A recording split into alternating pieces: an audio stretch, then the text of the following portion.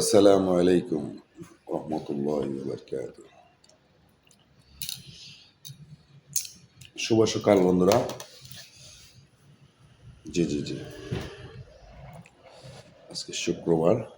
ও sir current গেলে গেনি।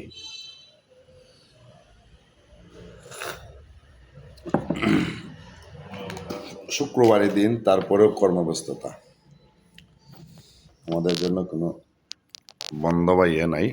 এই যে দেখতেছেন, এসে অফিসে বসা লাগতেছে, তারপরে মনে একটা আনন্দ। পুরুষ মানুষ কর্মব্যস্ত থাকবে, এটাই স্বাভাবিক।